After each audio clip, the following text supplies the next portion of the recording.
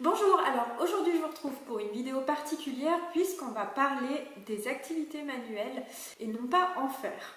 En effet, à chaque fois que vous faites des activités manuelles avec votre enfant, vous allez développer des compétences. C'est ce dont on va parler aujourd'hui. Je vais donc vous expliquer les 10 compétences que l'on peut développer grâce aux activités manuelles. Évidemment, cette liste n'est pas exhaustive. Si vous avez d'autres compétences en tête, n'hésitez pas à les ajouter en commentaire.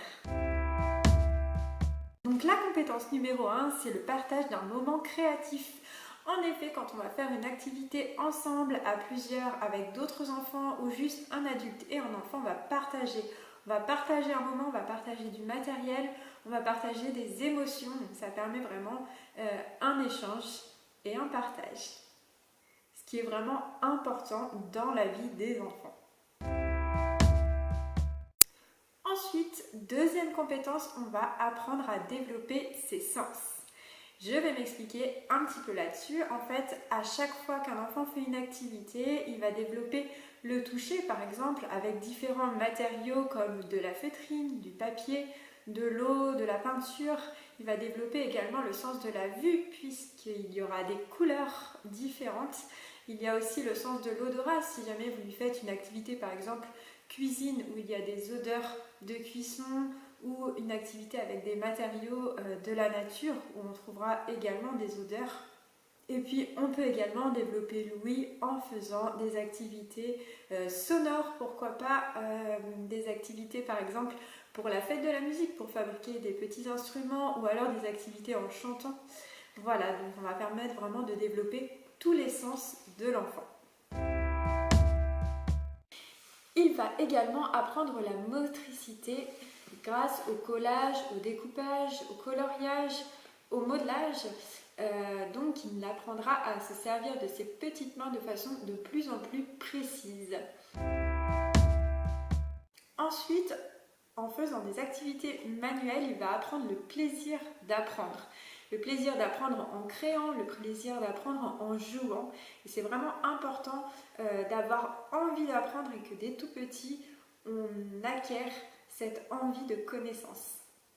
Donc grâce aux activités, on va permettre à l'enfant de développer cette envie de savoir faire et de savoir les choses. Pour la cinquième compétence, on va parler d'imagination. Et oui, quand on crée, on développe son imagination, on s'ouvre au monde.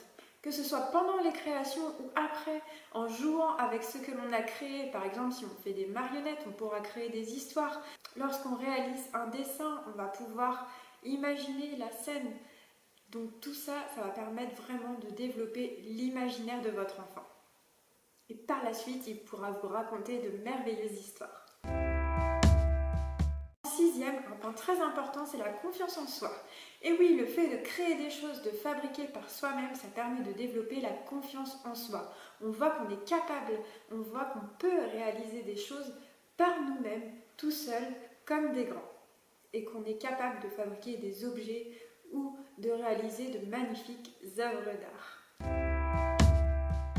Ensuite, en numéro 7, nous allons voir que les activités manuelles permettent à l'enfant de développer ses propres expériences. En effet, que ce soit en faisant un découpage ou en mélangeant de la peinture, il va pouvoir voir lui tout seul le résultat de ses actes et faire ses propres expériences et ses propres apprentissages.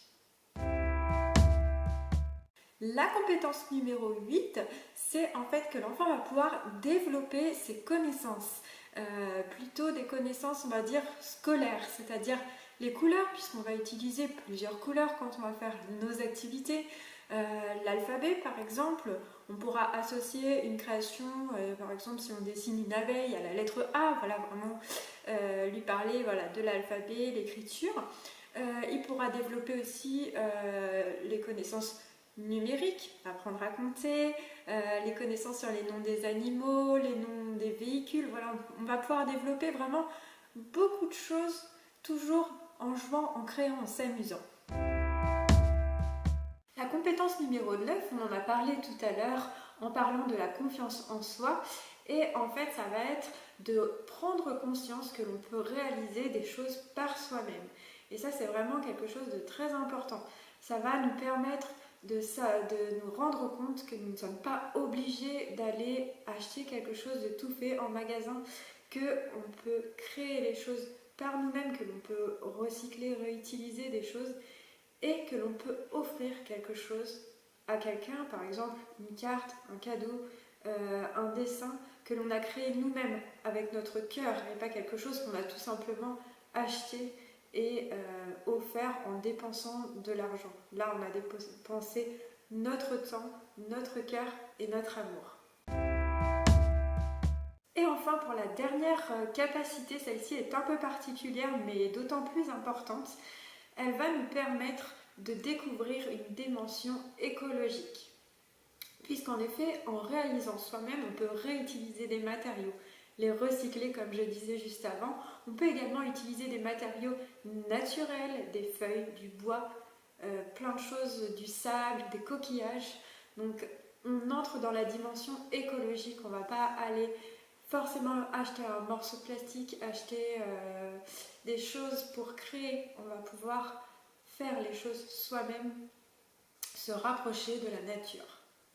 Voilà, j'espère que la découverte de ces 10 compétences développées grâce aux activités manuelles vous a intéressé, vous a permis de comprendre l'importance de réaliser des activités avec ses enfants, que ce soit pour le partage, pour ses connaissances, pour son ouverture au monde. C'est vraiment quelque chose de très important.